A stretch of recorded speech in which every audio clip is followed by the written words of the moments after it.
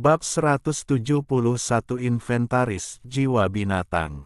Ketika cahaya merah dari lingkaran batu itu benar-benar menghilang, berbagai suku di dalamnya telah terpisah secara spontan dan berdiri bersama.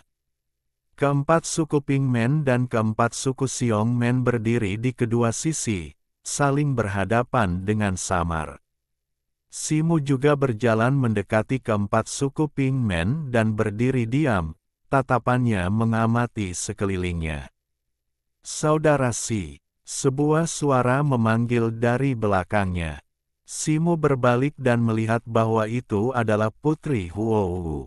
Meskipun sedikit pucat, wanita itu tampak tidak terluka.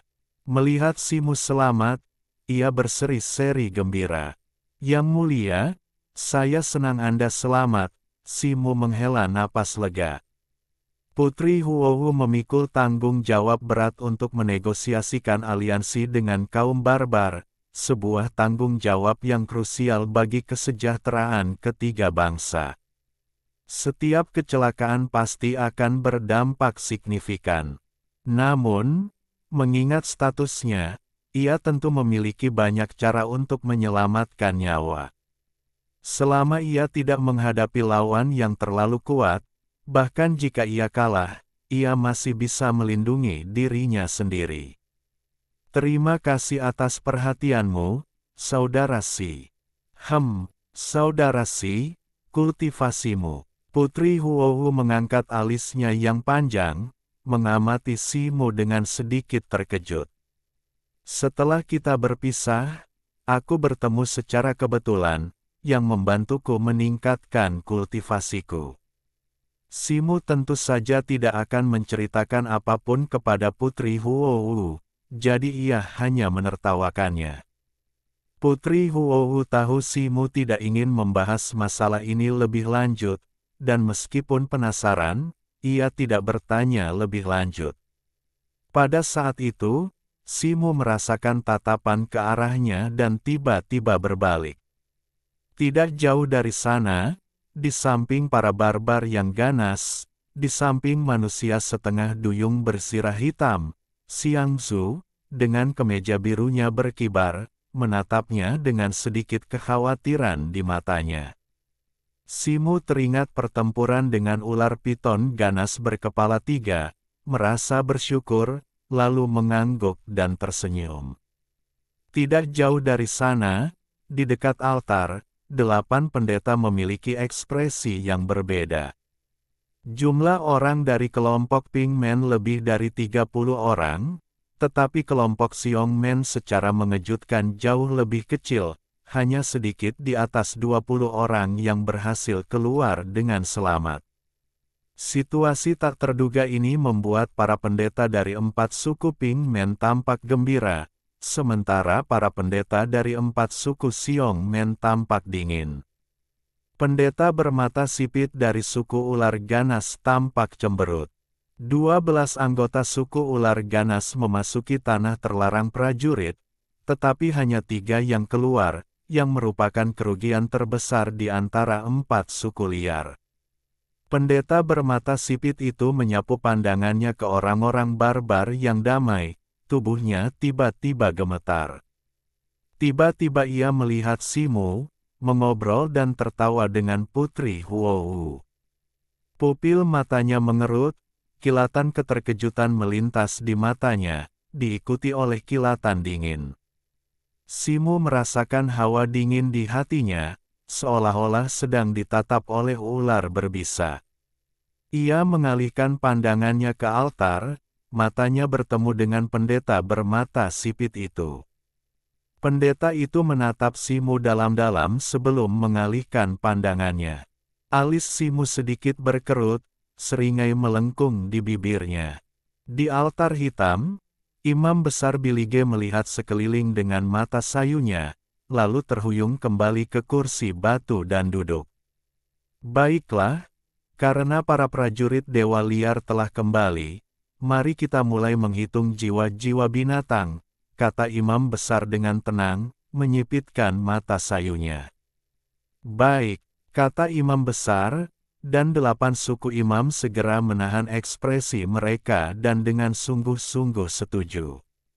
Atas instruksi para imam, 4 suku yang damai dan 4 suku yang garang, yang diurutkan berdasarkan suku, datang ke altar satu persatu, mengeluarkan kantong jiwa binatang mereka, dan melepaskan jiwa-jiwa binatang di dalamnya.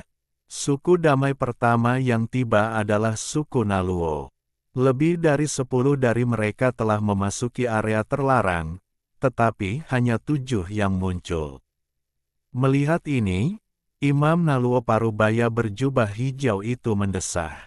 Yang pertama, seorang pemuda kekar, mengeluarkan kantong jiwa binatang dari pinggangnya, membukanya, dan mendorongnya dengan lembut.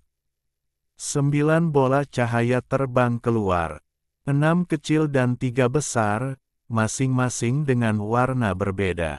6 jiwa binatang yang diperoleh tahap awal. 3 jiwa binatang yang diperoleh tahap menengah, kata pendeta berjubah hijau dengan tenang, melirik mereka. Seorang pendeta berpangkat rendah berdiri di dekatnya, dengan pena dan kertas, buru-buru menuliskan detailnya. Berdiri di depan altar di sisi yang garang adalah suku Banteng. Hanya 4 dari mereka yang telah meninggalkan area terlarang prajurit. Seorang pria jangkung dan tegap kini mengambil jiwa-jiwa binatang. Lebih dari selusin jiwa binatang melayang di hadapannya, salah satunya adalah bola putih yang jauh lebih besar daripada yang lain. 9 alam yang diperoleh tahap awal, 4 alam yang diperoleh tahap menengah, dan 1 alam yang diperoleh tahap akhir.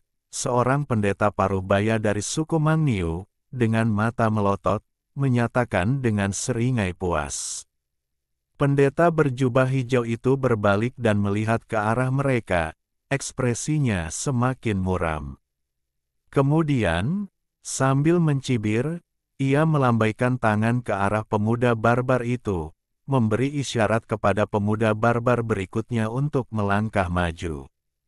Pemuda barbar yang tegap itu mengembalikan 9 jiwa binatang ke tas mereka dan berdiri di samping.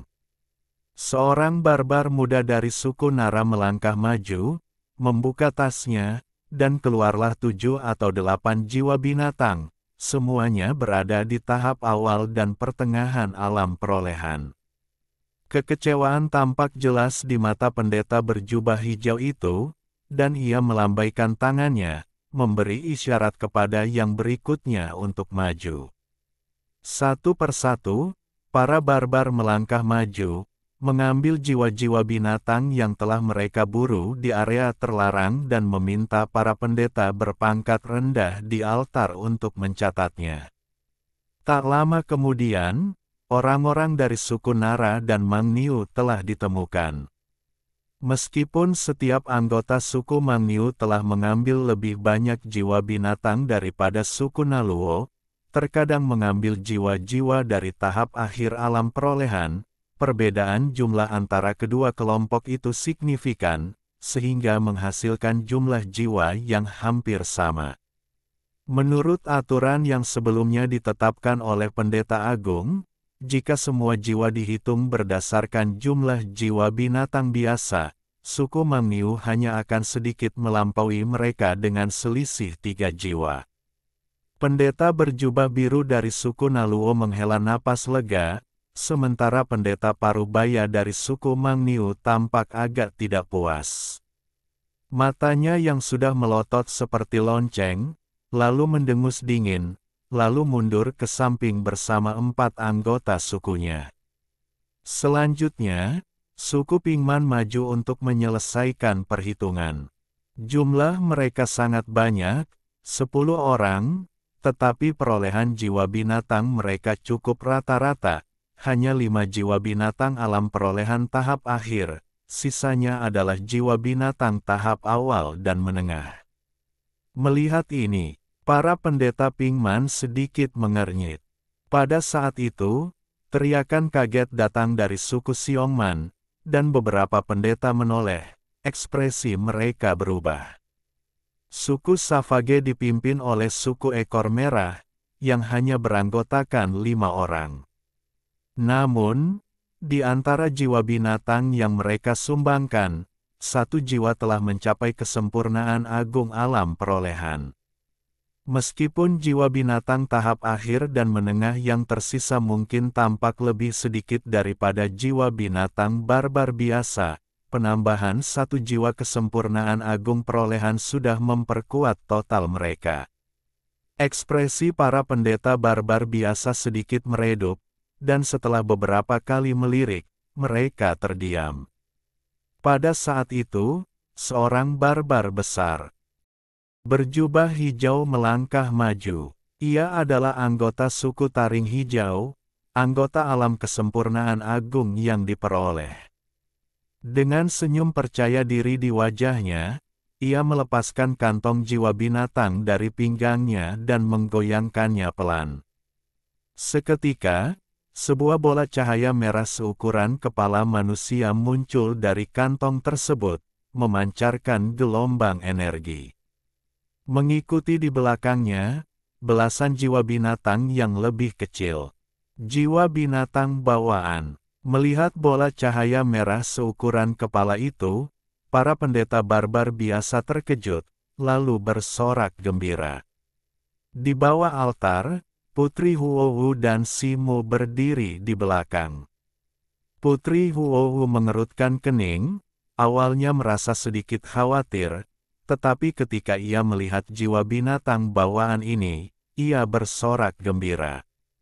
Sekilas keterkejutan melintas di mata Simo, tetapi kelegaan segera kembali. Meskipun binatang bawaan itu tangguh, mereka dapat dibunuh dengan kekuatan gabungan banyak orang dan taktik yang tepat.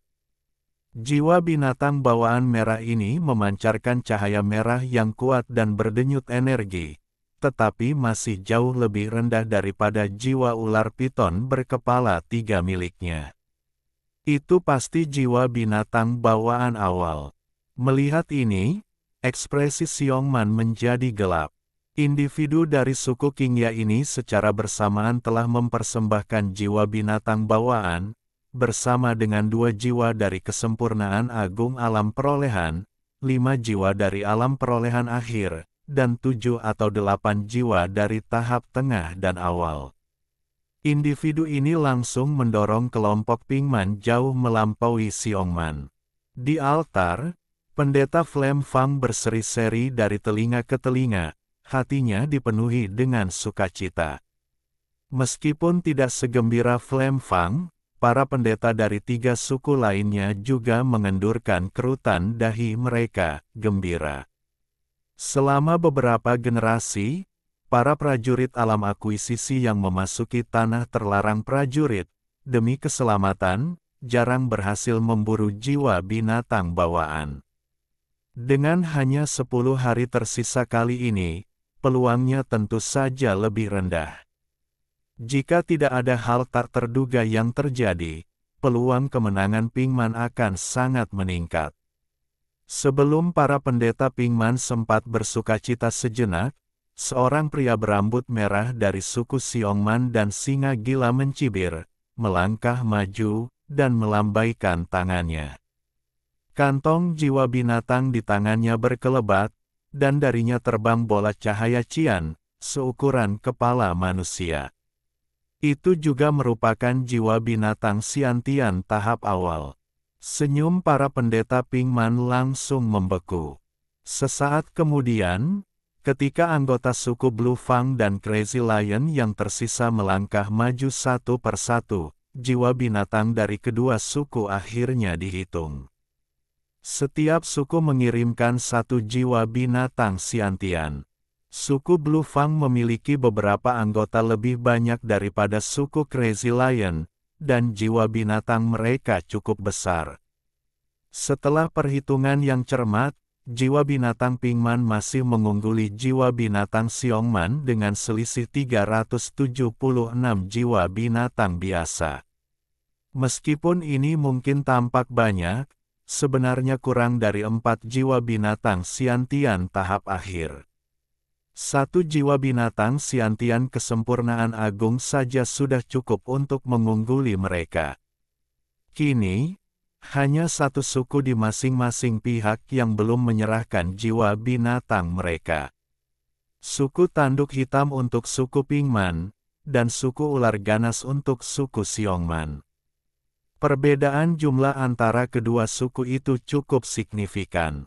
Suku Wujiao memiliki 11 orang, sementara suku ular ganas hanya memiliki 3 orang, selisih jumlah yang hampir 4 kali lipat.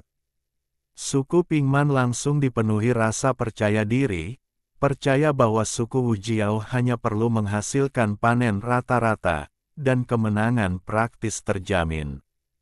Para prajurit totem Wujiao saling bertukar pandang, sedikit canggung di wajah mereka. Namun, dipimpin oleh seorang barbar muda berwajah hitam yang telah mencapai tahap kesempurnaan agung pasca kelahiran, mereka tiba di altar. Pemuda berwajah hitam itu melirik pendeta Wujiao, ragu sejenak, lalu melepaskan kantong jiwa binatang dari pinggangnya dan menggoyangkannya pelan. Satu demi satu, bola-bola cahaya beterbangan keluar dari kantong, 30 atau 40 bola cahaya sebelum berhenti. Ianya dan yang lainnya berseri-seri kegirangan. Meskipun sebagian besar jiwa binatang ini berada di tahap awal dan tengah, dengan mungkin 3 atau 4 di tahap akhir, ini merupakan pencapaian yang luar biasa bagi satu orang, dan mereka hendak memuji pemuda berwajah hitam itu. Para pendeta terkasih, sebagian besar prajurit suku Wujiao kita mengalami kemalangan di area terlarang kali ini. Tak lama setelah masuk, kita terjebak dan tidak dapat melarikan diri. Hanya jiwa binatang inilah yang kita dapatkan, kata pemuda berwajah hitam itu dengan ekspresi malu. Apa? Yan Ya dan yang lainnya terkejut, wajah mereka tiba-tiba muram. Bab 172, Motif Tersembunyi, Bagian 1. Melihat ini, suku Siongman, baik pendeta maupun anggota suku dari berbagai suku, semua terkekeh, jelas mengambil semacam schadenfreude atas kesulitan suku Wujiao. Ekspresi Putri Wu juga agak muram. Simu sedikit mengernyit, melirik pendeta Wujiao yang malu, lalu mengalihkan pandangan. Para pendeta Flem Fang dan yang lainnya sangat marah, tetapi karena kehadiran pendeta Wujiao, mereka tidak bisa terlalu mengkritiknya. Setelah memelototi anggota suku Wujiao, mereka menatap gugup ketiga prajurit totem dari suku ular ganas. Suku Wujiao hanya menyumbangkan beberapa jiwa binatang, meninggalkan suku Pingman dengan hanya sedikit lebih dari 800 jiwa binatang biasa. Ini berarti bahwa suku ular ganas Siongman hanya perlu menyumbangkan beberapa jiwa binatang tahap akhir Acquired Realm, atau bahkan satu jiwa binatang Acquired Realm Great Perfection, untuk langsung melampaui mereka.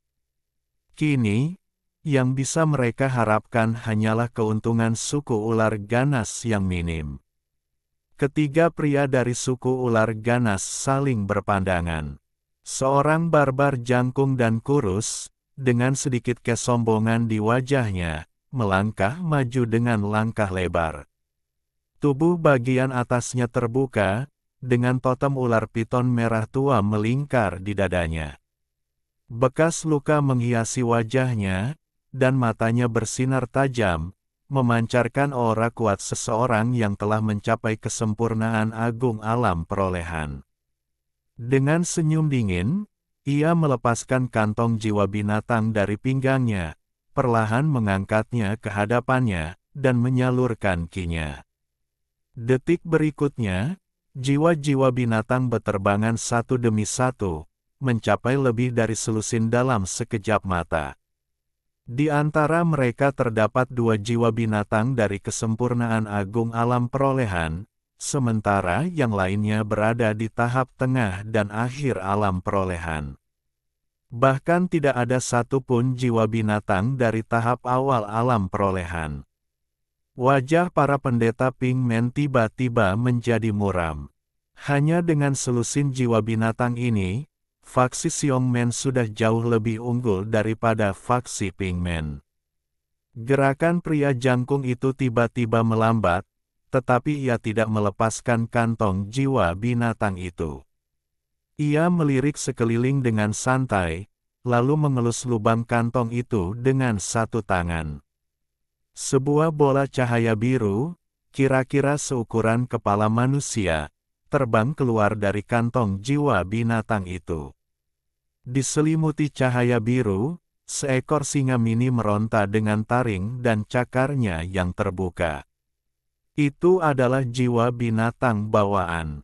Singa Mantuo. Pendeta bermata sipit dari suku ular ganas terkejut, lalu raut kegembiraan muncul di wajahnya. Sebaliknya, para pendeta taring hijau dari barbar damai tiba-tiba kehilangan ketenangan mereka. Dua anggota suku ular ganas yang tersisa berturut-turut mengeluarkan jiwa binatang dari kantong jiwa binatang mereka sendiri. Meskipun masing-masing memiliki jumlah yang cukup banyak, tidak ada yang terlalu memperhatikan saat ini. Ini, sayangnya, situasinya tidak ada harapan. Pendeta suku bulu emas tersenyum masam, menggelengkan kepala, dan mendesah. Jangan terlalu pesimis, kita masih punya dua manusia yang harus dihitung, kata pendeta taring api dengan suara berat, sambil menarik napas dalam-dalam. Ekspresi yang lain berubah. Mereka menatap Simu dan Putri Huwu, wajah mereka memancarkan harapan, tetapi lebih dari itu, dengan kecurigaan yang tak terselubung. Dibandingkan dengan banyaknya orang barbar yang memasuki area terlarang, kedua manusia ini tampak tak berarti. Wajah Putri Huwu sedikit memucat. Ia melirik Simu, bibirnya sedikit berkedut seolah ingin menanyakan sesuatu, tetapi akhirnya, ia menahan diri. Ia perlahan berjalan ke altar dan mengeluarkan kantong jiwa binatang dari pinggangnya. Napas pendeta taring api tercekat, tatapannya tertuju pada Putri Huwu. Namun, mata Putri Huwu sedikit meredup, dan ia menyalurkan ki-nya ke dalam kantong jiwa binatang. Wus!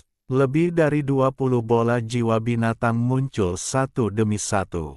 Di antara mereka terdapat 5 jiwa binatang dari kesempurnaan agung alam perolehan, selusin dari alam perolehan akhir, dan sisanya adalah jiwa binatang tahap awal dan menengah. Namun, saat jiwa binatang terakhir keluar dari kantong, kekecewaan akhirnya terpancar di wajah pendeta taring api dan yang lainnya, dan secercah harapan terakhir pun memudar. Panen seperti itu sungguh menakjubkan, bahkan sebanding dengan hasil panen seluruh suku. Namun, ketiadaan jiwa binatang bawaan membuatnya sia-sia. Sedangkan bagi Simu, pendeta taring api dan yang lainnya tak punya harapan. Bagi seseorang yang berada di tahap tengah alam perolehan, lolos dari alam rahasia prajurit hidup-hidup sudah merupakan keajaiban. Beberapa orang bahkan tidak menyadari bahwa kultivasi Simu telah mencapai tahap akhir alam perolehan. Mata Simu berkedip, dan ia melangkah maju tanpa suara. Pada saat itu, teriakan kaget terdengar dari Xiongmen. Pigmen, termasuk Putri Huowu dan Simu, semua melihat ke arah suara itu. Ternyata itu adalah dua anggota klan laut, yang juga sedang mengekstrak jiwa binatang mereka. Pada saat itu, di hadapan Xiang Zhu, orang suci klan laut berpakaian biru, sebuah bola cahaya putih, seukuran kepala manusia, bersinar terang. Itu adalah jiwa binatang bawaan lainnya. Wajah Simu berkilat terkejut, dan pendapatnya tentang kekuatan Xiang Zhu semakin kuat. Pendeta taring api dan yang lainnya membeku, menggelengkan kepala dan tersenyum kecut. Xiong Men kini telah melampaui 2 jiwa binatang bawaan, benar-benar menghancurkan harapan kemenangan Pingmen. Pendeta taring api merasakan campuran kekecewaan dan kemarahan. Udara di lembah terasa pengap, dan ia ingin segera pergi. Namun, dengan imam besar Bilige masih ada, ia tidak berani pergi tanpa izin. Sedikit ketidaksabaran melintas di wajahnya, dan tatapannya beralih, tanpa sengaja melihat sebuah tas kain besar di samping Simu, yang hendak mengambil jiwa binatang itu.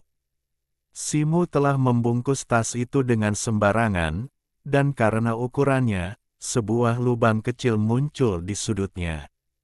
Dari sudut ini, pendeta taring api samar-samar dapat melihat apa yang ada di dalamnya, kulit ular piton, sisik-sisiknya yang halus samar-samar membentuk pola api. Pendeta taring api terkejut, pikirannya kembali pada apa yang telah ia pelajari dari Mintu tentang Simu. Ia samar-samar ingat bahwa setelah para prajurit totem dari kedua belah pihak memasuki area terlarang gerbang prajurit, Mintu dengan santai menyebutkan bahwa Simu telah menanyakan tentang ular piton berkepala banyak. Ekspresi pendeta taring api tiba-tiba berubah. Pada saat itu, Simu melambaikan tangannya, dan sebuah bola cahaya hitam, seukuran semangka, muncul, memancarkan gelombang cahaya hitam redup. Itu, lihat jiwa binatang itu. Fluktuasi kekuatan jiwa yang begitu dahsyat. Mungkinkah ini? Beberapa anggota barbarian dataran bermata tajam di sekitarnya adalah yang pertama menyadari apa yang terjadi pada Simu, berseru kaget. Fluktuasi energi yang intens segera menarik perhatian semua orang di dekat altar, dan setelah melihat jiwa binatang hitam di hadapan Simu, semua orang terkejut. Di atas altar, pendeta tinggi yang sebelumnya mengantuk akhirnya membuka matanya sedikit dan melirik. Ini adalah jiwa binatang dari tahap tengah alam Siantian. Gumam pendeta suku bulu emas. Sesaat kemudian, para pendeta barbar biasa akhirnya menyadari apa yang terjadi. Tertawa terbahak-bahak, wajah mereka dipenuhi kegembiraan. Ini bagaikan mimpi yang mustahil, hampir membuat mereka takluk. Putri Huohu tertegun, menatap Simu dengan tatapan tak percaya. Kemudian, campuran keterkejutan dan kegembiraan terpancar di wajahnya. Sementara itu, wajah para barbar ganas memucat, dan banyak dari mereka yang senyumnya membeku, hampir tak berani percayainya. Sesaat sebelumnya, ia penuh percaya diri dan telah menang, tetapi sesaat kemudian, kemenangan itu sirna. Alis Xiangzu sedikit berkerut, lalu mengendur.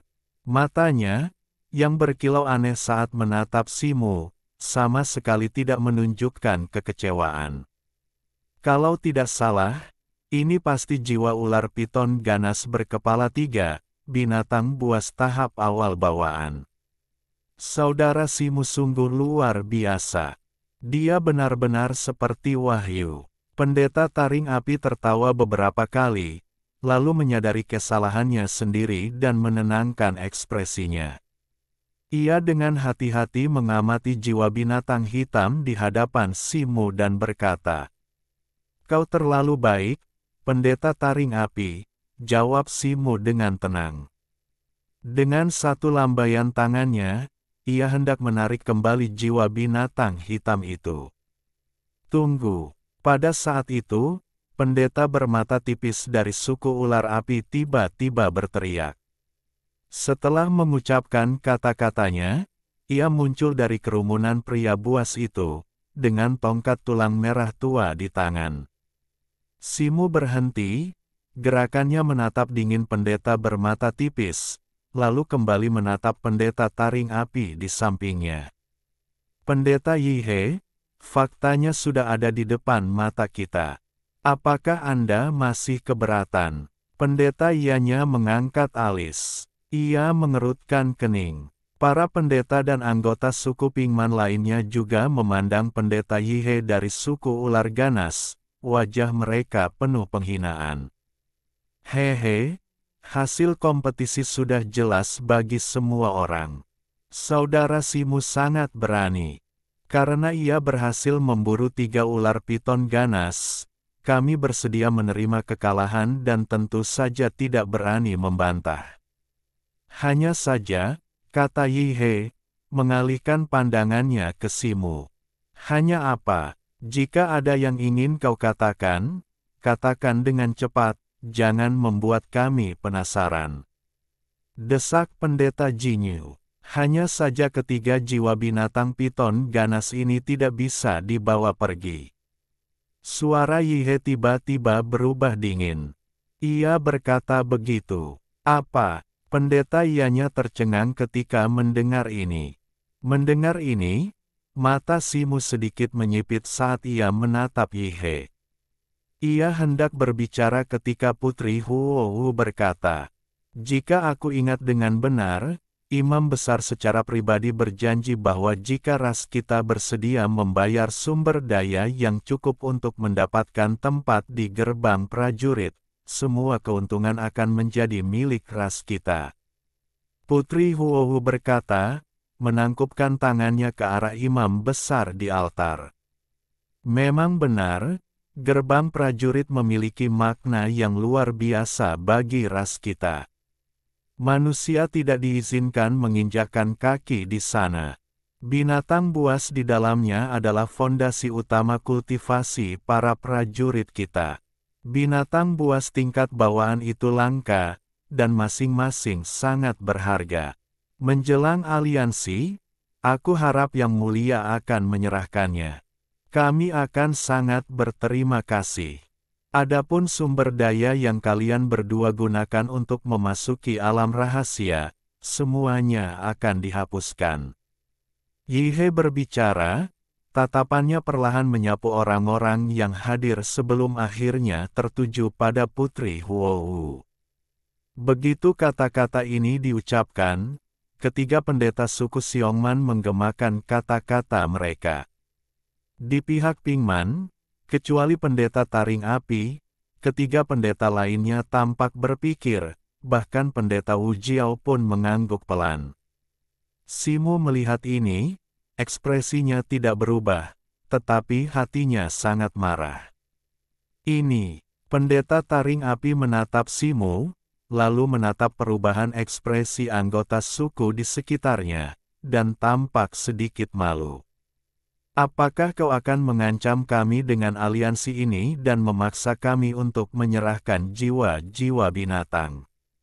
Putri Huohu mengangkat alisnya dan berkata dengan suara dingin. Putri, jangan salah paham, kami hanya berlandaskan prinsip negosiasi. Lagi pula, jiwa-jiwa binatang bawaan tidak terlalu berguna bagi kalian manusia, tetapi sangat penting bagi kami kaum barbar.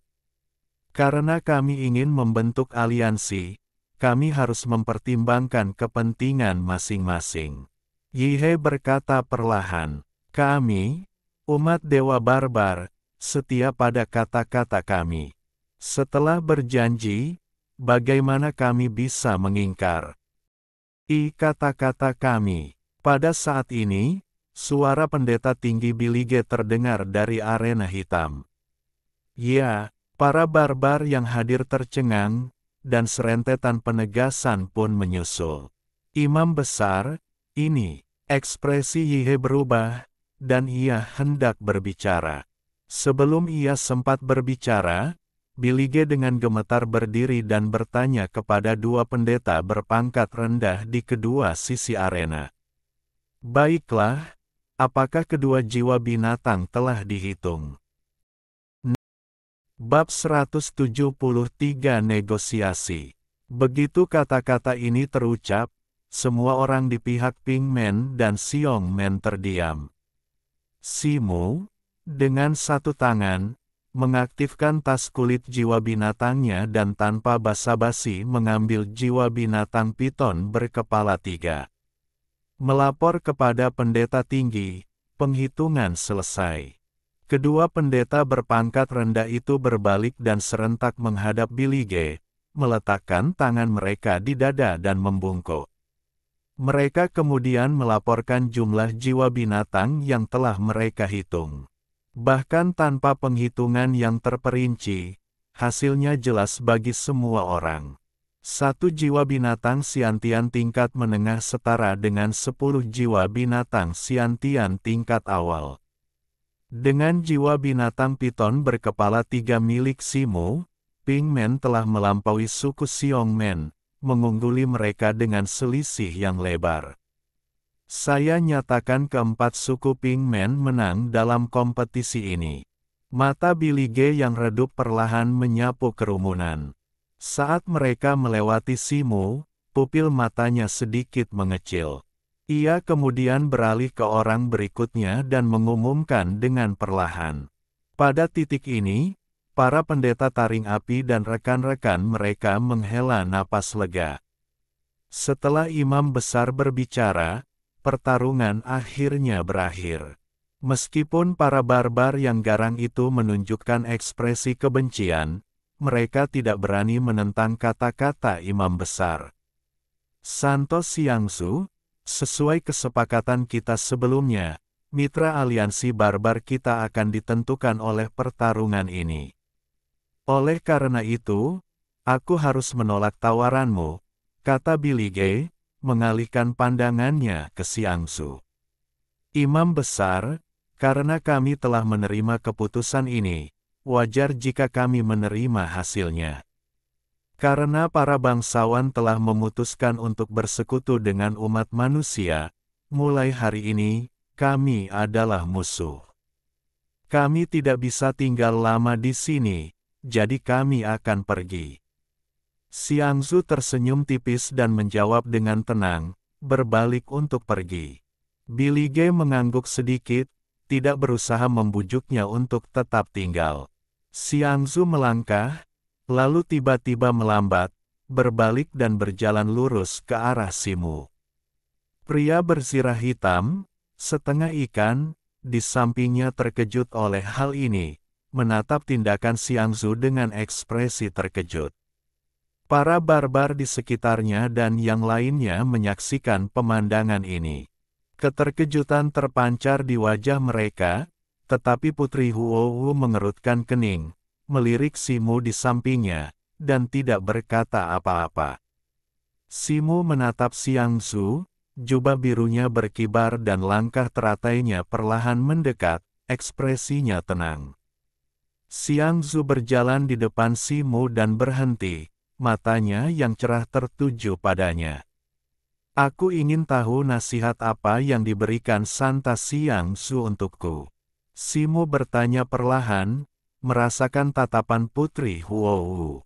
Tuan muda Si mempertaruhkan nyawanya untuk menyelamatkanku saat itu, dan dia menyelamatkanku lagi di daerah terlarang.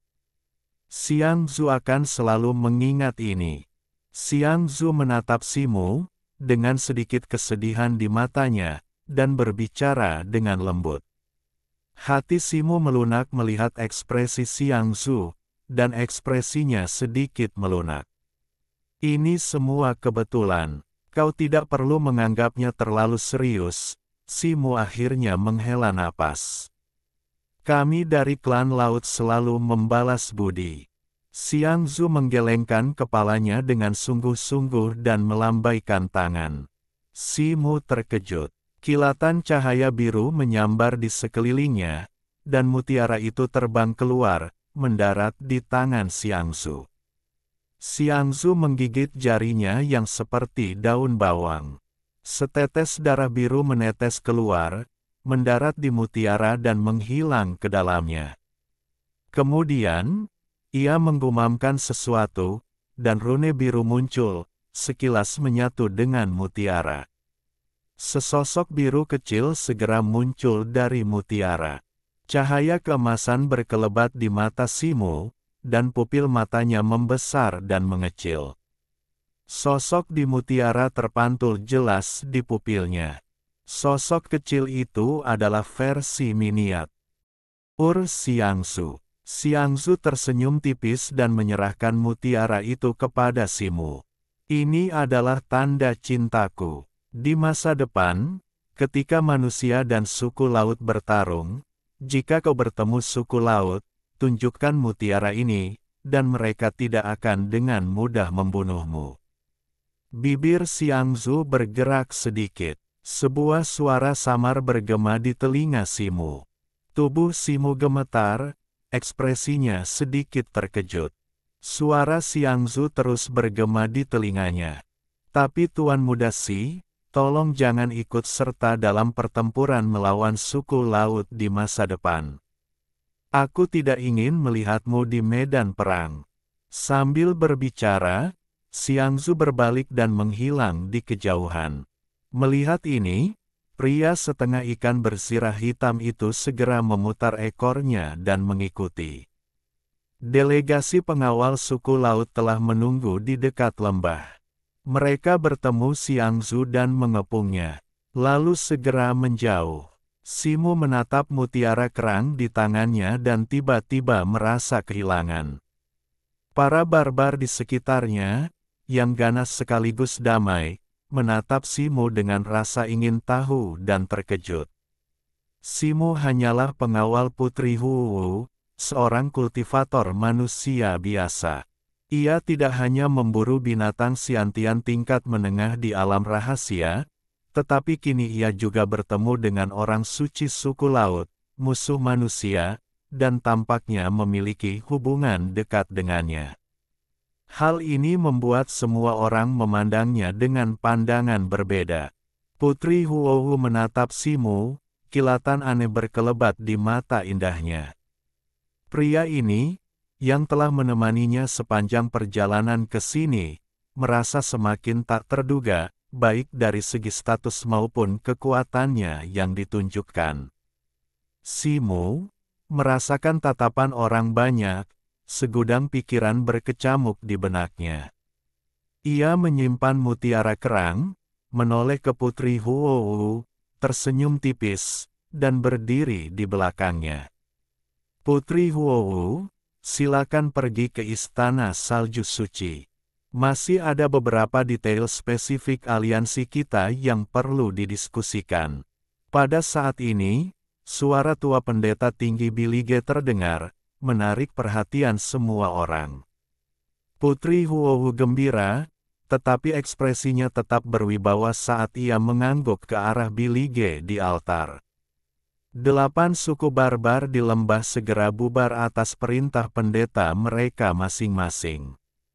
Pendeta tinggi Bilige, Putri Huohu, dan 8 suku pendeta lainnya tiba di Istana Salju Suci. Selama 3 hari, kedua belah pihak memperdebatkan ketentuan spesifik aliansi, kompensasi sumber daya, dan hal-hal lainnya, memperebutkan setiap jengkal wilayah sebelum akhirnya mencapai konsensus. Selama beberapa hari terakhir, Simu selalu berada di sisi Putri Huohu, menyaksikan rencana, kata-kata, dan taktiknya dari awal hingga akhir. Ping Men, yang mendukung perdamaian, tidak banyak mengajukan tuntutan keras. Tentu saja, para pendeta Xiong Men tidak akan mudah menyerah, terutama Yi He, pendeta ular api. Meskipun bahasanya tidak seganas pendeta sapi liar dan singa liar, ia sangat licik dan sarkastis. Putri Huohu, meskipun sendirian, tidak menunjukkan rasa takut menghadapi para pendeta Xiong Men yang agresif. Kata-katanya yang tajam seringkali membungkam mereka. Yang mengejutkan Simu adalah Bilige, kepala tetua suku barbar, meskipun selalu duduk di pucuk tahta, seringkali tampak lesu, seolah-olah ia berada di pinggir lapangan, tidak berpartisipasi dalam perdebatan. Meskipun demikian, ia dapat merasakan bahwa para pendeta, baik Xiong Men maupun Ping Men yang hadir, bersikap hormat dan hormat, tidak berani menunjukkan rasa rendah diri.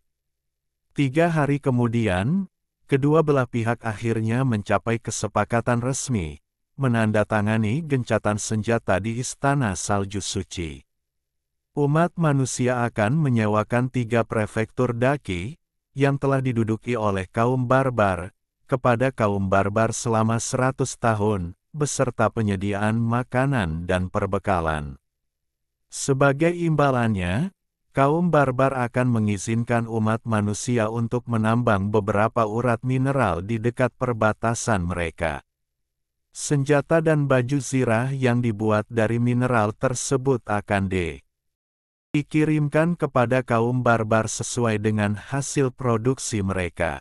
Lebih lanjut, perjanjian tersebut merinci setiap detailnya, termasuk larangan penempatan pasukan dalam jumlah besar dalam radius 100 mil dari perbatasan dan pembentukan beberapa titik perdagangan perbatasan untuk pertukaran barang dan jasa.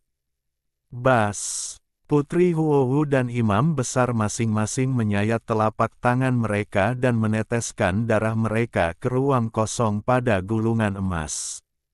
Gulungan itu berisi isi perjanjian. Cahaya keemasan yang menyilaukan terpancar dari gulungan itu, menembus langit dan menyilaukan semua orang di aula. Setelah beberapa saat, cahaya keemasan itu menghilang. Ketika semua orang di aula membuka mata, gulungan emas itu telah terbelah 2, jatuh ke tangan Putri Huohu dan Imam Besar masing-masing. Imam Besar, mulai hari ini, kedua suku kita adalah sekutu. Saya menantikan bimbingan Anda. Putri Huohu melipat gulungan yang setengahnya itu dan membungkuk kepada Imam Besar. Yang mulia, tidak perlu formalitas, kata Imam Besar, tampak sedikit lelah. Ia berjalan ke kursi besar di dekatnya dan duduk, melambaikan lengannya yang keriput. Di belakang Imam Besar, para imam dari 8 suku barbar berkumpul. Melihat penandatanganan gencatan senjata, setiap suku menunjukkan ekspresi yang berbeda. Keempat suku yang damai tampak gembira dan berseri-seri. Para pendeta yang garang, meskipun sedikit tersenyum, juga tampak dipaksakan. Terutama Yihe, pendeta dari suku ular ganas. Matanya yang sipit dan seperti ular, meskipun tersenyum, membuat Simu merasa gelisah. Putri Huohu menatap para barbar dengan tenang, tetapi ia tahu bahwa meskipun suku-suku yang garang telah menerima gencatan senjata secara lisan, mereka mungkin punya rencana lain. Namun, jika para barbar dan manusia mencapai gencatan senjata, misinya akan tercapai. Ngomong-ngomong, ada satu hal lagi yang ingin kutanyakan kepada Pendeta Agung. Putri Huohu menghela napas lega. Ia melirik Yihe, pendeta dari suku ular ganas, di belakangnya, lalu segera mengalihkan pandangannya dan membungkuk sedikit kepada Pendeta Agung. Simu, yang berdiri di belakang Putri Huohu, matanya berkilat, dan tubuhnya sedikit gemetar. Putri Huohu, silakan bicara. Imam Besar mengangkat matanya, senyum tipis tersungging di bibirnya, lalu berbicara dengan suara lembut. Penjaga di belakangku ini, Simu, pernah bertugas di sebuah benteng ketika ia diserang di malam hari dan secara tidak sengaja terkena kutukan totem dari suku ular ganas, kata Putri Huohu sambil menunjuk Simu. Semua orang di aula memandang Simu, beberapa terkejut, yang lain tenang. Setelah banyak penelitian, aku menemukan bahwa metode untuk menghilangkan kutukan itu adalah dengan menyegel jiwa binatang yang lebih kuat di dalam diriku. Sekarang aku memiliki jiwa binatang itu, tetapi aku masih kekurangan rahasia totem suku ular ganas. Aku bersedia menambah 200.000 si untuk mendapatkan teknik rahasia ini, dan aku harap kau akan mengabulkannya. Putri Huohu berhenti sejenak, lalu membungkuk kepada Billy Ge dan melanjutkan perlahan. Billy Ge melirik Simu, matanya sedikit menyipit. Hati Simu bergetar. Di bawah tatapan bingung imam besar, ia merasa seluruh tubuhnya hancur berkeping-keping, seolah semua rahasianya telah terungkap. Namun, imam besar segera mengalihkan pandangannya, membuat Simu merasa rileks, meskipun punggungnya sudah bercucuran keringat. Bab 174 Kontes Pembalasan Darah. 200.000 dan biji-bijian, gumam Pendeta Agung, seolah sedang menimbang sesuatu. Pendeta Agung, totemisme adalah fondasi setiap suku bangsa barbar kita. Bagaimana mungkin kita membiarkan manusia mengintipnya? Yihe dari suku ular ganas berkata dengan marah, melihat Pendeta Agung tampak tergerak. Para pendeta garang lainnya juga sependapat. Yihe, aku tahu apa yang kau pikirkan, tetapi tidak ada benar atau salah di medan perang. Kedua belah pihak berjuang untuk hidup mereka. Dendam seperti itu seharusnya tidak disimpan lama-lama. Banyak suku di suku kita saat ini kekurangan makanan dan pakaian. 200.000 dan biji-bijian dapat menyelamatkan banyak orang dari kelaparan. Kau harus mengutamakan situasi secara keseluruhan. Tatapan Pendeta Agung tertuju pada Yihe dan ia berbicara perlahan. Yihe terkejut dengan tatapan Pendeta Agung tua Billy Ge, dan ekspresinya menjadi sedikit tidak wajar. Baiklah, karena Anda, Pendeta Agung, telah mengatakannya, saya harus patuh. Namun, Simu adalah pembunuh tuan muda kita. Jika orang-orang saya tahu saya telah membocorkan rahasia totem kita kepada musuh saya khawatir mereka akan marah dan sulit diyakinkan. Yihe berkata dengan sedikit malu, matanya berputar. Pendeta Yihe, Anda ada benarnya. Menurut pendapat Anda, adakah solusi yang dapat memuaskan kedua belah pihak? Pendeta Agung terdiam sejenak sebelum berkata, karena adik muda Simu ini menginginkan rahasia totem kita, ia harus mendapatkannya seperti yang kita lakukan, para barbar, dengan keahlian sejati. Namun, kesempatan ini tidak diberikan secara cuma-cuma. Harganya adalah 200.000 dan gandum. Ekspresi serius Yihe menghilang, dan ia berbicara dengan nada tenang. Itu bukan ide yang buruk. Katakan padaku apa pendapatmu. Tidak masalah jika Putri Huohu setuju.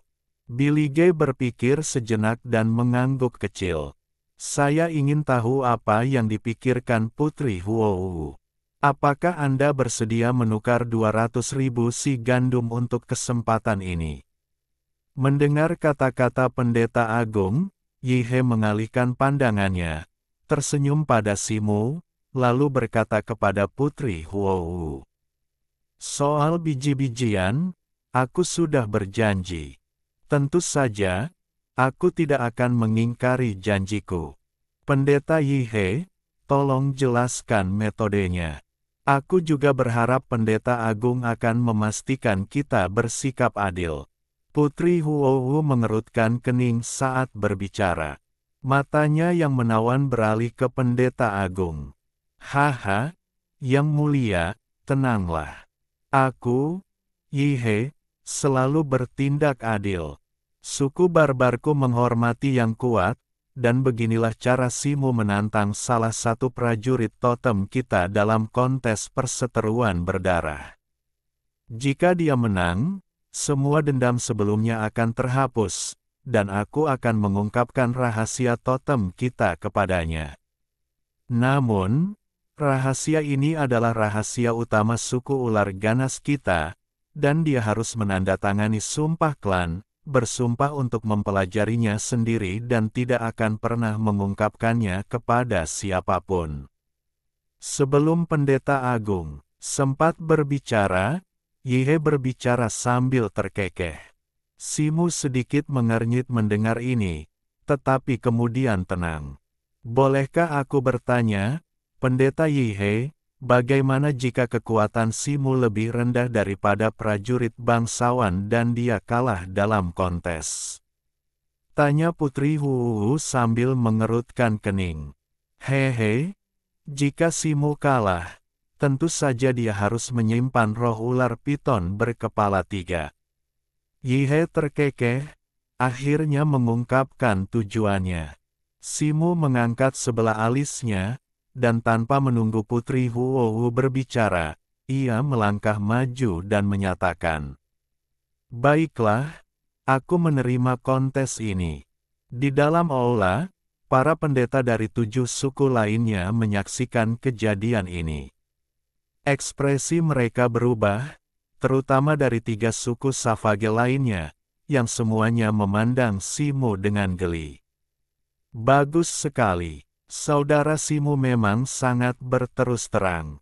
Lebih baik mulai sekarang daripada memilih hari. Bagaimana kalau kita mulai sekarang? Kata Yihe sambil tertawa terbahak-bahak. Tunggu sebentar, Pendeta Yihe. Prajurit totem mana yang akan dikirim oleh suku ular ganas? Tanya Putri Huohu sambil mengerutkan kening. Yihe terkekeh pelan, bertepuk tangan, dan memberi isyarat kepada kerumunan di dekatnya. Salah satu anggota suku ular ganas yang berdiri di dekatnya melangkah maju. Pemuda jangkung kurus itu adalah pemuda yang sebelumnya memburu jiwa binatang bawaan. Ia menatap Simu dengan tatapan dingin dan menjilat bibirnya. Jantung Simu sedikit berdebar kencang saat gelombang aura pembunuh tak terlihat menyapu dirinya. Namun, karena ia berani menghadapi bahkan binatang siantian tingkat menengah, bagaimana mungkin ia tak peduli dengan aura yang begitu kuat? Ekspresinya tetap tak tergerak saat ia bertemu pandang dengan binatang itu. Secercah keterkejutan terpancar di wajah pemuda kurus itu, pupil matanya sedikit mengecil. Keduanya bertukar pandang dan serentak berjalan keluar dari aula. Sesaat kemudian, di alun-alun di depan istana salju suci, ratusan orang barbar berkumpul di sekitar sebuah lingkaran berukuran lebih dari 10 kaki, mendiskusikan situasi. Kebanyakan dari mereka adalah prajurit yang sedang beristirahat, bersama dengan beberapa pendeta dan pelayan berpangkat rendah dari Gunung Suci, yang telah mendengar berita itu dan bergegas untuk menyaksikan keseruannya.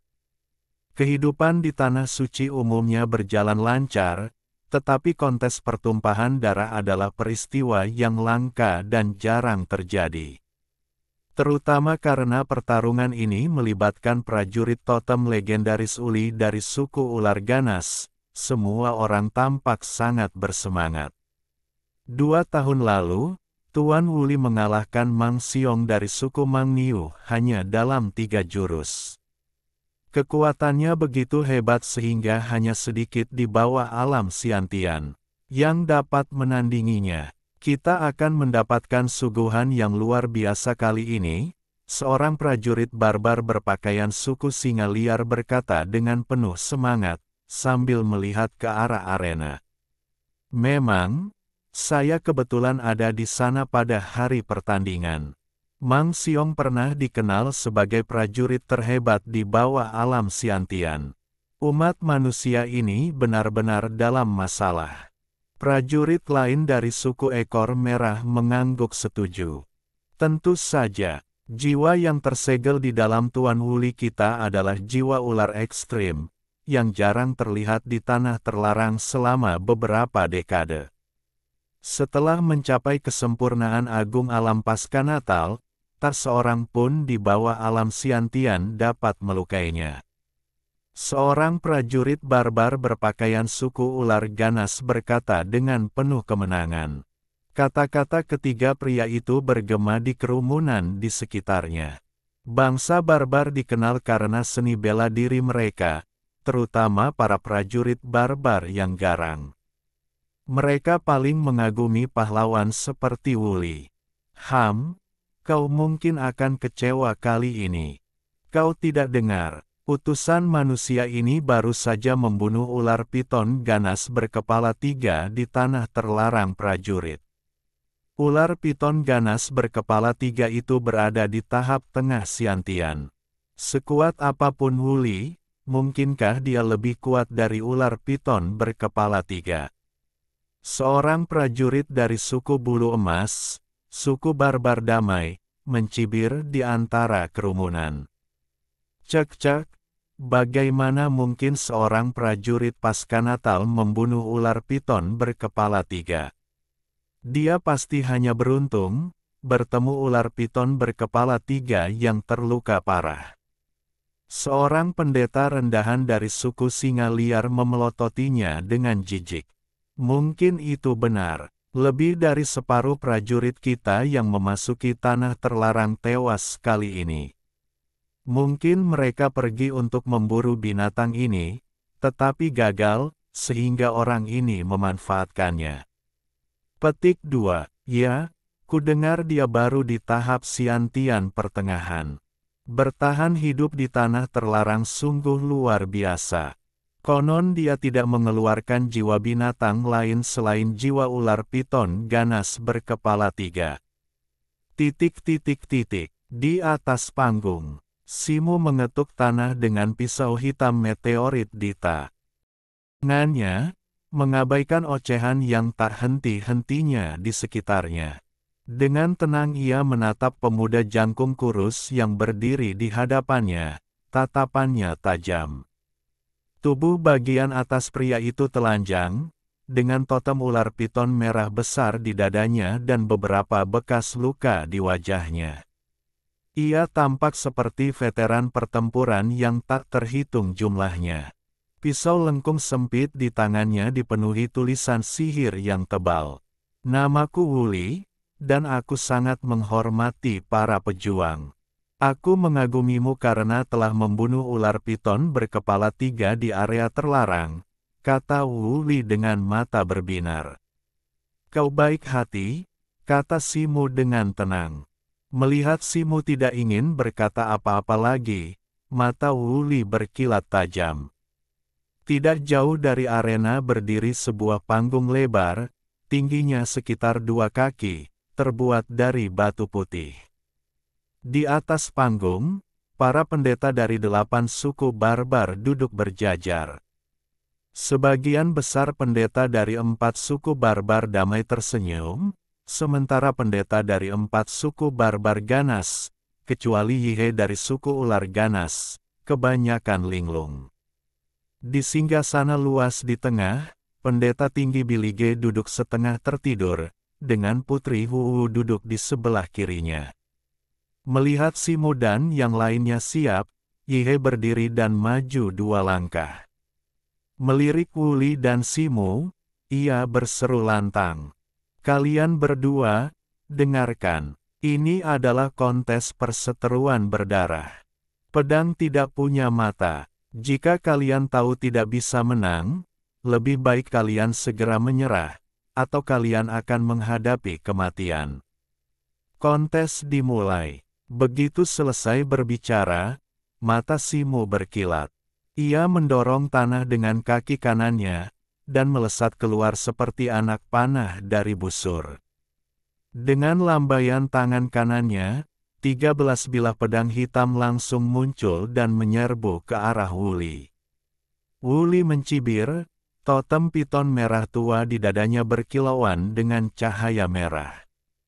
Sisik merah tua seukuran telur segera muncul di tubuhnya, memancarkan cahaya samar yang samar. Prasasti sihir di pedangnya mulai bersinar biru dan perlahan menggeliat, segera menyelimuti bilahnya dalam cahaya biru yang luas. Dengan sekejap tubuhnya, ia menyerbu ke arah Simu, sekaligus mengangkat pedangnya. Pusaran bayangan biru, seperti angin puyuh, menyerbu ke arah pedang Simu. Tepat saat keduanya hendak bertabrakan, kilatan aneh melintas di mata Wuli.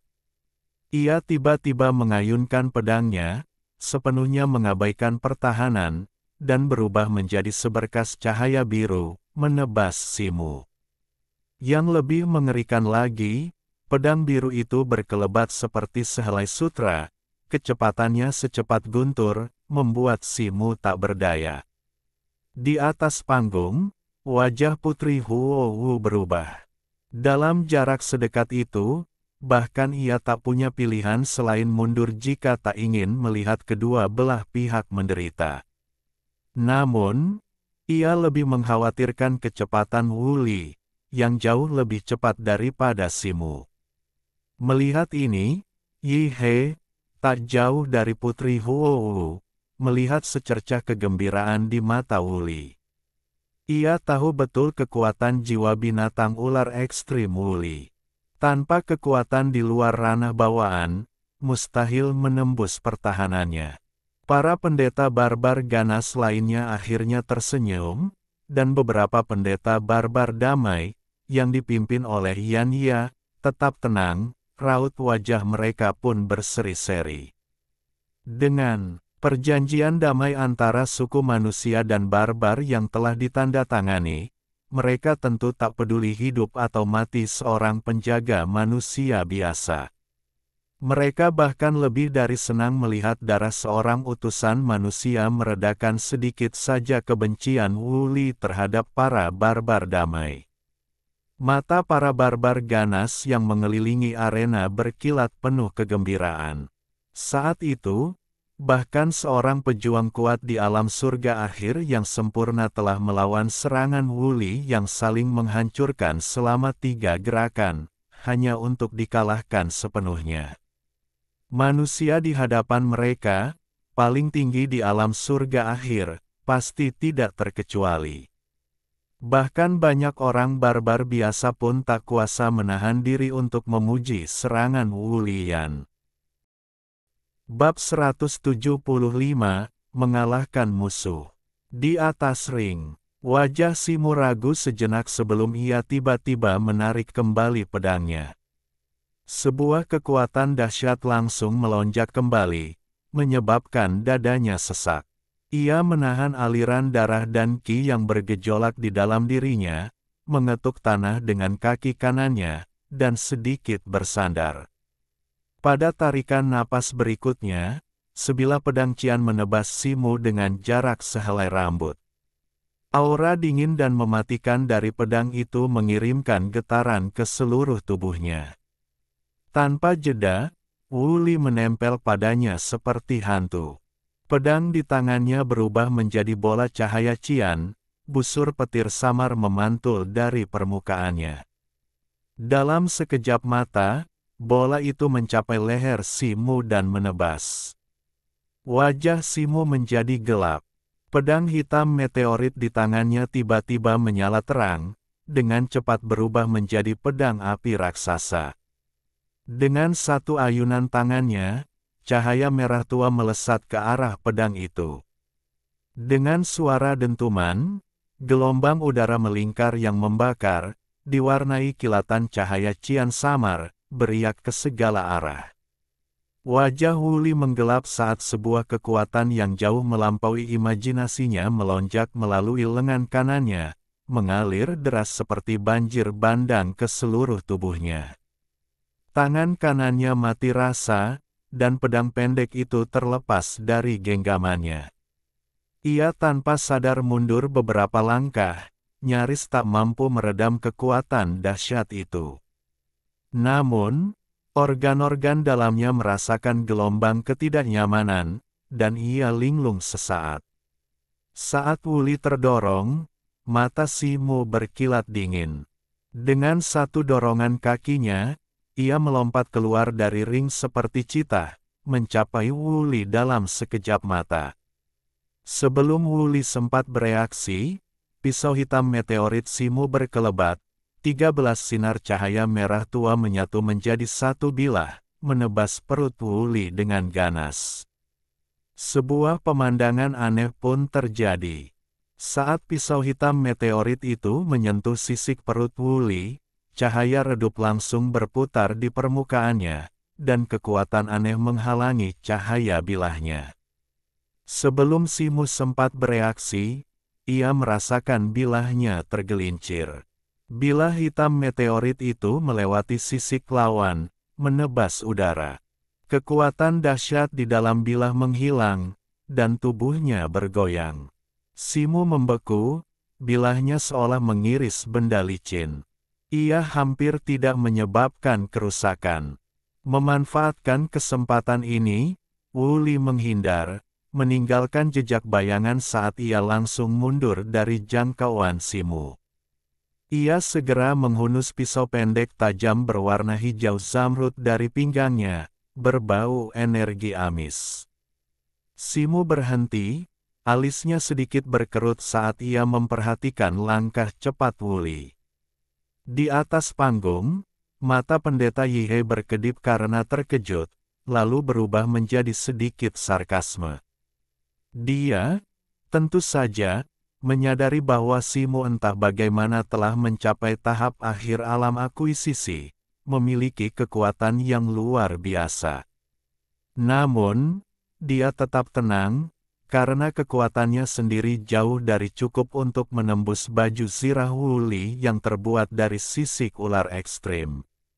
Dengan pikiran ini, tatapannya beralih ke belati hijau berkilauan di tangan Wu Li.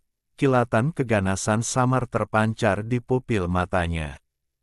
Pendeta taring api, yang duduk di samping putri tari api, sedikit mengernyit dan menggelengkan kepala. Para pendeta lainnya tampak menyaksikan tontonan itu.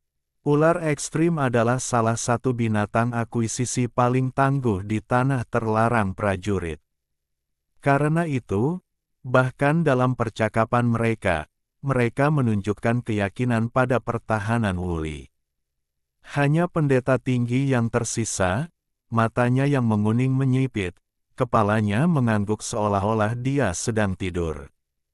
Putri tari api, awalnya gembira, lalu terkejut, menatap dengan hikmat sisik tubuh Wu Li yang berkilauan, alisnya berkerut.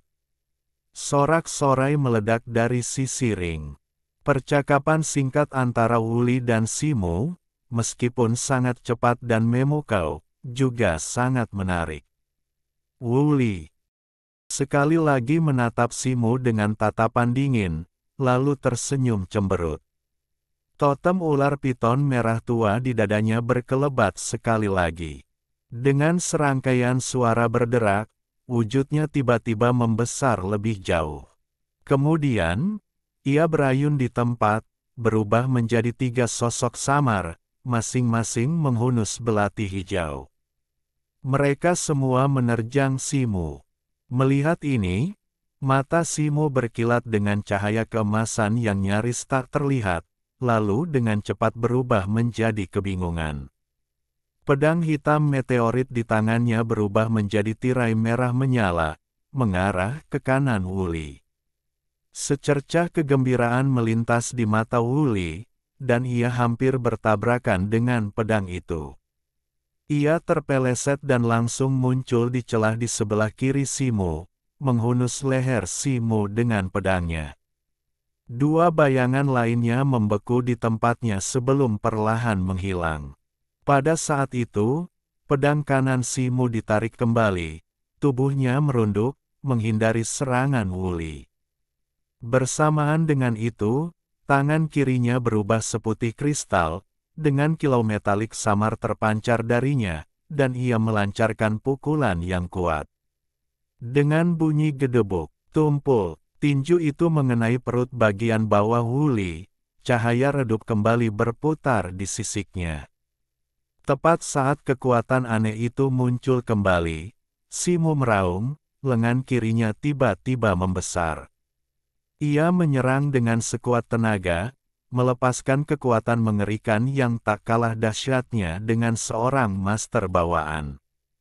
Cahaya berkilauan dari sisik Wu Li memadat dalam sekejap, lalu meledak bersamaan dengan sisik di perutnya. Sebelum raut terkejut menghilang dari wajah Wu Li, rasa sakit yang tajam menjalar ke perutnya, seolah-olah dihantam palu seberat 10.000 pon. Ah! Jeritan terdengar, lalu tiba-tiba berhenti. Wuli terpental mundur seperti karung, menghantam pagar pembatas ring yang kokoh sebelum terpental kembali dan mendarat dengan keras di atas panggung. Darah mengucur dari mulut dan hidungnya, dan ia pun tak sadarkan diri. Belati hijau zamrud itu menancap dalam-dalam di ring, berayun maju mundur dengan suara berdengung.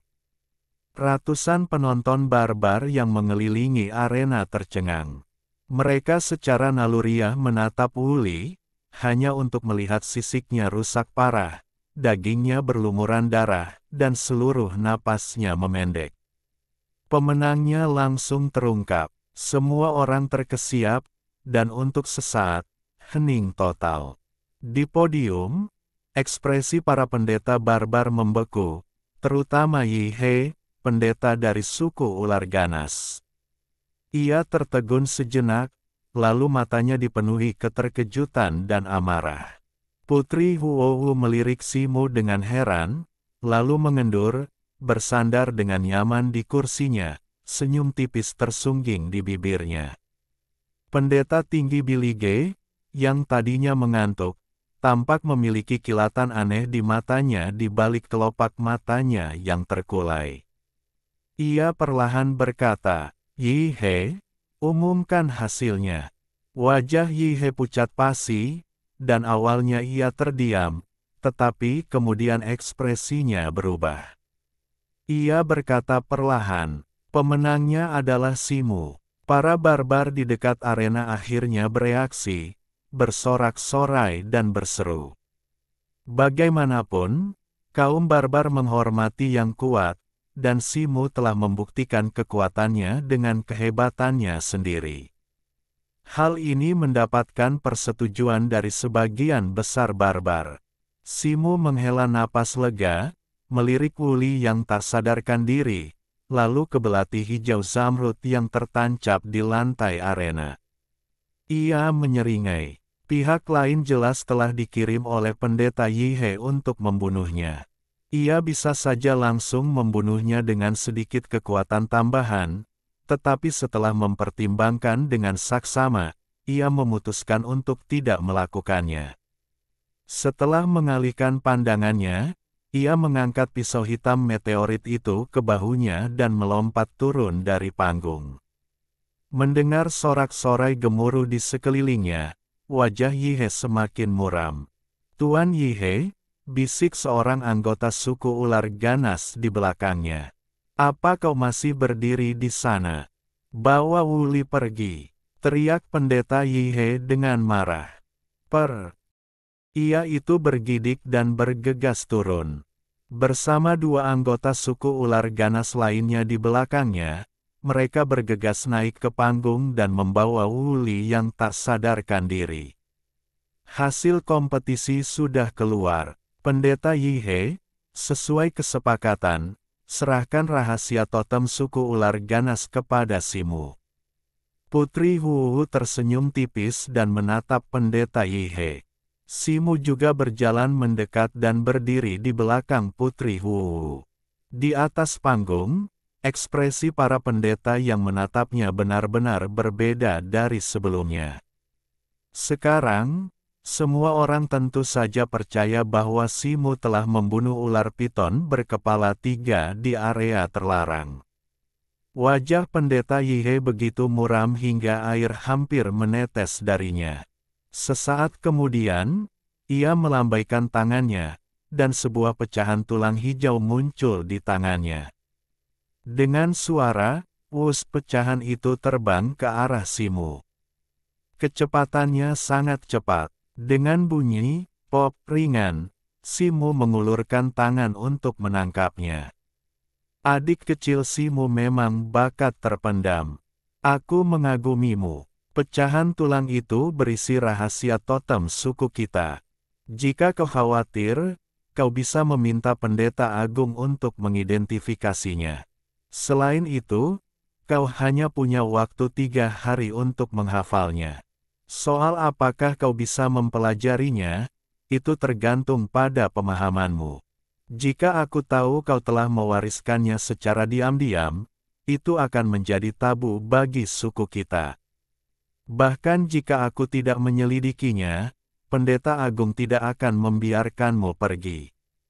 Kuharap kau berhati-hati, kata Yihe, memberi hormat kepada Pendeta Agung, lalu berbalik cepat untuk pergi. Anggota suku ular ganas lainnya di lapangan tidak berani bernapas, dan berdiri mengikutinya. Setelah pertarungan berakhir, kerumunan penonton di dekat arena dengan cepat bubar. Putri Huowu mengalihkan pandangannya ke Simu. Simu mengerti, menempelkan pecahan tulang itu ke dahinya, memejamkan mata sejenak, dan menyalurkan kekuatan spiritualnya ke dalamnya. Sesaat kemudian, ia membuka mata, dengan senyum tipis di wajahnya, dan mengangguk pelan kepada Putri Huowu. Ekspresi Putri Huowu melunak, lalu ia berdiri, menatap imam besar. Imam besar, karena aliansi telah selesai, saya harus kembali ke aliansi manusia sesegera mungkin untuk menyampaikan berita dan mengatur sumber daya yang tercantum dalam kontrak. Dengan ini, saya pamit, kata Putri Huowu sambil membungkuk. Kalau begitu, saya tidak akan menahan Anda lebih lama lagi. Imam besar berdiri dengan gemetar dan membalas hormat. Yan Ya, kirim tim prajurit elit dari suku King Ya untuk mengawal Putri Huowu kembali dengan selamat. Jangan sampai terjadi kecelakaan lagi, perintah imam besar dengan sedikit tegas. Siap, Yan Ya buru-buru berdiri dan berkata dengan hormat. Billy Ge mengangguk singkat kepada Putri Huowu, lalu, dibantu oleh seorang pelayan di dekatnya, perlahan menuruni panggung dan pergi.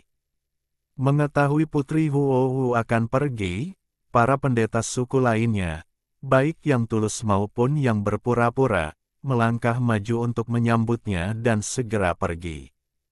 Tak lama kemudian, hanya Putri Huowu, Simu, dan anggota suku King Ya yang tersisa di panggung.